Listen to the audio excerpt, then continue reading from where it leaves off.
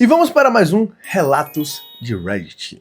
Minha sogra destruiu meu casamento para o filho voltar com a ex, mas ela não esperava que a verdade viesse à tona no jantar de família. Eu tenho 32 anos e até alguns meses atrás eu acreditava que meu casamento tinha acabado porque eu e meu marido simplesmente não estávamos mais conseguindo nos entender. Eu achava que a gente tinha se perdido na rotina, nas cobranças, nas diferenças pequenas que vão crescendo até virar um muro dentro de casa. Eu cheguei a me culpar por muita coisa. Achei que talvez eu estivesse mais fria, mais distante, mais irritada. Achei que talvez o amor tivesse desgastado. Mas hoje eu sei que não foi isso. Meu casamento não acabou naturalmente. Ele foi empurrado para o abismo por uma pessoa que nunca aceitou que o filho dela tivesse escolhido uma mulher que não era a preferida dela. Minha sogra sempre gostou da ex do meu marido. Isso nunca foi segredo. O nome dela é Renata e antes de mim ela namorou meu marido por quase 5 anos. Eles terminaram porque, segundo ele, já não combinavam mais. Ela queria uma vida mais confortável, mais aparente, mais cheia de status. Ele queria crescer aos poucos, trabalhar, construir algo real. Quando eu entrei na vida dele, ele dizia que se sentia finalmente em paz. E eu acreditei nisso, porque durante muito tempo nosso relacionamento foi exatamente assim. Leve, parceiro e sem aqueles jogos emocionais que cansam a alma. O problema é que minha sogra, Dona Célia, nunca aceitou completamente o fim dele com a Renata. Na cabeça dela, a Renata era a nora perfeita, bonita, de família conhecida, falava baixo, se vestia como ela gostava e principalmente fazia questão de agradá-la. Eu não era assim. Eu sempre fui educada, mas nunca bajulei ninguém. Nunca fui grossa, nunca faltei com respeito, mas também nunca fui do tipo que fica se diminuindo para caber nas expectativas dos outros. E acho que foi exatamente isso que minha sogra percebeu desde o começo. Eu não era uma mulher que ela conseguiria controlar facilmente. No início as coisas eram sutis. Ela falava da Renata em momentos completamente aleatórios, como se fosse uma memória inocente. Se eu cozinhava algo, ela comentava que a Renata fazia de outro jeito. Se eu comprava roupa, ela dizia que a Renata tinha um estilo mais clássico. Se eu falava sobre trabalho, ela dizia que a Renata era mais caseira e que homem gostava de mulher presente. Sempre com um sorriso no rosto, sempre com um tom de não leve a mal, sempre deixando espaço para que eu parecesse insegura se reclamasse. Durante muito tempo, eu tentei ignorar. Meu marido também dizia que era besteira, que a mãe dele era nostálgica, que eu não deveria dar importância. Depois que casamos, as comparações ficaram ainda mais frequentes. Minha sogra começou a usar isso como uma espécie de fantasma dentro do nosso casamento. Era como se a Renata não estivesse presente fisicamente, mas estivesse sempre sentada na mesa com a gente. E o mais desgastante era que, aos poucos, meu marido começou a se irritar quando eu tocava no assunto.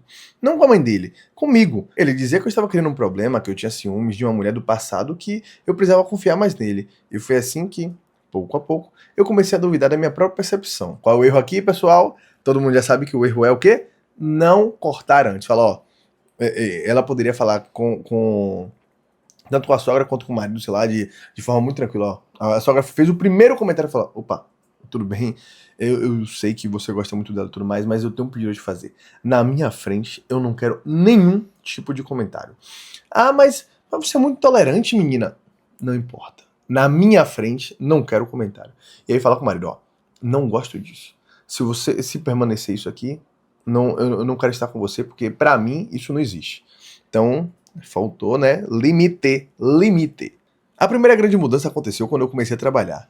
Eu recebi uma promoção e passei a ficar mais tempo fora com mais responsabilidade, mais reuniões, mais pressão.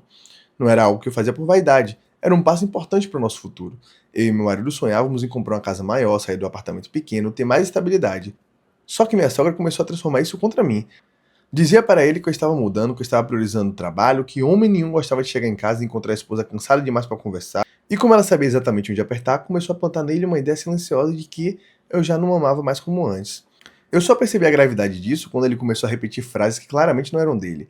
Ele dizia que eu estava muito independente, que eu não precisava mais dele pra nada, que a casa parecia um hotel pra mim. Eram frases com a cara da mãe dele. Quando eu perguntava de onde vinha aquilo, ele dizia que era só o que ele sentia. Mas eu via a diferença. Era como se ele estivesse enxergando o nosso casamento através dos olhos dela. A segunda reviravolta veio com as mensagens. Um dia, enquanto eu procurava um comprovante no e-mail dele, eu vi uma notificação antiga de uma rede social com o nome da Renata. Eu não mexia nas coisas dele, mas aquele nome me deu um alerta que eu não sei explicar. Quando eu perguntei, ele ficou nervoso demais para quem não devia nada. Disse que a Renata tinha mandado mensagem para ele perguntando como ele estava, que ele respondeu por educação e que não havia nada demais. Talvez eu tivesse acreditado se eu não tivesse visto dias depois minha sogra curtindo fotos antigas dela e comentando coisas como saudade de você aqui em casa. Aquilo me deixou desconfortável, mas ainda não era prova de nada. O verdadeiro choque veio quando eu descobri que minha sogra e a Renata estavam se encontrando. Não por acaso, não esporadicamente, elas estavam se vendo com frequência.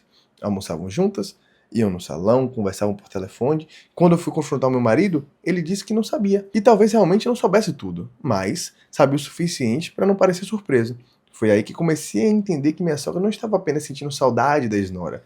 Ela estava construindo uma ponte. A partir daí, meu casamento entrou em queda. Brigas pequenas viraram discussões enormes. Meu marido passou a me acusar de estar distante. Eu passei a acusá-la de não me proteger. Minha sogra aparecia em casa sempre depois das nossas discussões, como se tivesse um radar, e sempre chegava com a mesma postura. Abraçava o filho, fazia um café, dizia que o casamento era difícil, mas que algumas mulheres não sabiam valorizar um bom homem. Eu ficava ouvindo aquilo dentro da minha própria casa, me sentindo uma invasora na vida que eu tinha construído. O pior é que a Renata começou a aparecer em lugares onde eu estava. Primeiro foi coincidência no mercado. Depois um aniversário de parente dele. Depois em uma festa de família para a qual, segundo a minha sogra, ela tinha sido convidada porque ainda era querida por todos. Eu me senti humilhada. Não porque eu tivesse medo dela, mas porque parecia que todos estavam sendo treinados para normalizar a presença dela novamente. Como se eu fosse a fase temporária e a Renata fosse o destino certo, esperando pacientemente. O ponto em que tudo explodiu foi um jantar de domingo. Minha sogra chamou a família inteira para conversar. E eu achei estranho. Mas fui, né? Quando eu cheguei lá, a Renata estava lá, sentada na sala, vestida impecavelmente, com uma naturalidade que me fez sentir ridícula. Meu marido também ficou desconfortável, mas não disse nada. Durante o jantar, minha sogra começou um discurso sobre segundas chances, sobre como algumas pessoas entram na nossa vida na hora errada, sobre como Deus às vezes corrige caminhos. Eu percebi na hora, ela não estava falando em abstrato. Ela estava falando do meu marido e da Renata na minha frente. Ô, gente, pelo amor de Deus, velho, como é que você vai aceitar um negócio desse, gente? Como é que pode a pessoa chamar você na casa dela e tudo mais, chamar a família, no caso, e fazer de uma forma onde parece que é um anúncio que vai voltar? Não faz sentido isso, gente. Vai aceitar. Qual a situação? Você chega lá. Por que ela tá aqui? Ah, mas vai ser assim? Você vai preferir ela a mim? Show de bola. Estou indo embora, eu vou pegar as minhas coisas. Porque assim, se você. É o básico, ó. Você vai dando brecha. Primeiro, aí a sogra vai fazendo o quê? Fazendo as coincidências como ela falou. Depois tá frequentando a casa. Depois vai começar a chamar a tal da Renata pra ir almoçar lá e o marido vai chamar o marido junto. E quando ela chegar à noite vai descobrir que aconteceu isso. Num belo dia, nessa aproximação, o que é que vai acontecer? Os dois vão ficar. Como é que pode aceitar um negócio desse, gente? Eu levantei da mesa e disse que não participaria daquela humilhação. Foi quando a Renata, para minha surpresa, também se levantou e disse que não sabia que eu estaria ali. Essa foi a primeira rachadura no plano da minha sogra. Renata não parecia confortável, ela parecia envergonhada. E naquele momento eu percebi que talvez ela também estivesse sendo manipulada. Dias depois Renata me procurou. Eu quase não aceitei falar com ela, mas algo dentro de mim dizia que eu precisava ouvir aquilo. E foi aí que veio a maior reviravolta de todas. Minha sogra tinha dito a ela que meu casamento estava praticamente acabado, que eu estava com outra pessoa, que meu marido estava destruído, que ainda falava dela todos os dias, que só não a procurava por orgulho. A Renata acreditou parcialmente porque também estava em uma fase ruim, recém-saída de um relacionamento fracassado. Minha sogra alimentou nela a ideia de que o destino estava dando uma segunda chance aos dois. Mas não parava por aí. Renata me mostrou os áudios. Minha sogra falava mal de mim de um jeito que eu nunca tinha ouvido diretamente. Dizer que eu era fria, ambiciosa, que não servia para o filho dela, que eu nunca daria a ela uma família de verdade. Dizer que ele precisava voltar para uma mulher do tipo certo. E em um desses áudios, minha sogra confessava que estava fazendo o possível para abrir os olhos dele antes que fosse tarde demais. Eu fiquei com raiva, mas também senti um alívio estranho. Pela primeira vez eu tinha prova. Não era coisa da minha cabeça, não era insegurança, não era ciúme. De fato, era um plano. Gente, aí agora, tudo bem, ela se levantou, saiu da mesa, ouviu a tal da Renata aqui. Aparentemente a Renata também estava, né, sendo manipulada e fragilizada emocionalmente por ter terminado um relacionamento. Mas, gente, que é isso, velho? Como é que pode, velho? Como é que pode? A pessoa não tem mais o direito de, não, eu quero escolher a pessoa que eu quero estar porque, não, minha mãe vai escolher por mim que é melhor. Aí ela continua. Mostrei tudo ao meu marido. No começo ele foi em silêncio, depois tentou dizer que a mãe falava sem pensar. Mas quando ouviu todos os áudios, especialmente um em que ela dizia que precisava desgastar o casamento por dentro, ele finalmente quebrou. Eu vi no rosto dele o momento em que a ficha caiu.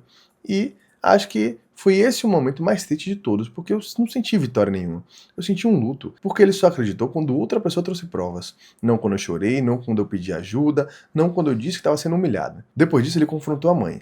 Eu não fui. Não queria participar de mais uma cena. Ele voltou horas depois com o rosto destruído. Disse que ela chorou, gritou, disse que fez tudo por amor, que a Renata era melhor pra ele, que eu tinha transformado ele num homem fraco. Então, pela primeira vez na vida, ele disse que não queria mais contato com ela até ela procurar ajuda e assumir o que fez.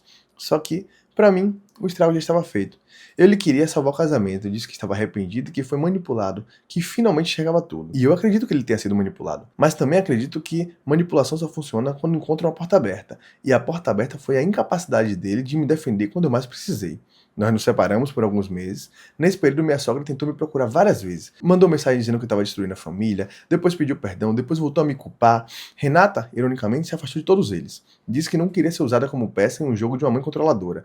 E eu respeitei isso. Hoje meu marido quer tentar de novo. Ele tá fazendo terapia, cortou contato com a mãe e parece realmente disposto a construir algo. Mas não sei se consigo, porque ainda amo o homem que ele era comigo antes de tudo isso. Mas não consigo esquecer o homem que ele foi enquanto eu tentava provar que eu estava sendo sabotada. A última coisa que eu soube da minha sogra é que a própria família começou a se afastar dela depois dos áudios que circularam. Não fui eu quem espalhou, foi a Renata. Ela disse que, se tinha sido usado em um plano, não seria ela quem carregaria a vergonha sozinha. E talvez essa teria sido a vingança mais satisfatória para mim.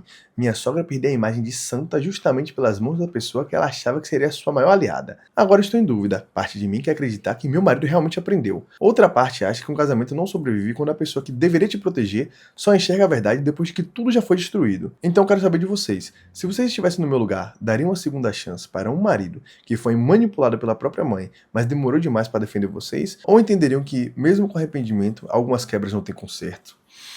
Vou dar a minha opinião, como eu sempre faço aqui nos vídeos. Pra mim, eu acredito que, a depender do quanto a pessoa mudou, quanto tem de afastamento e tudo mais, eu pensaria em voltar. Tudo depende. Porque assim, ó, eu acho que se você acha que aquele casamento foi muito bom durante um tempo e uma pessoa atrapalhou, e você tem certeza, aí é o ponto, você tem certeza que aquela pessoa não vai mais conseguir atrapalhar, ou seja, ele não vai mais ter contato com a mãe realmente, ou se tiver contato, e no primeiro sinal de manipulação, porque uma pessoa que tentou manipular uma vez vai tentar novamente, você percebe que ele já corta logo, ou sai logo, ou se distancia de novo, show de bola, pode continuar. Mas, numa situação, porque acho que todo mundo merece uma segunda chance. Mas a partir do momento que você perceber que ele tá só ensaiando agora, porque tá longe e tudo mais, porque sabe aquela dor da perda, o medo de perder, que aí valoriza mais, mas aí quando tá perto, a primeira opção que tem, que a mãe vai lá e faz de novo, aí ó, corta logo e aí não voltava mesmo, não voltava. Então me conta aqui embaixo o que você acha, aperta no botão de seguir, curte o vídeo se você gostou de como nós contamos essa história aqui, diz o que pode melhorar e diz o que você gostaria de ver aqui também.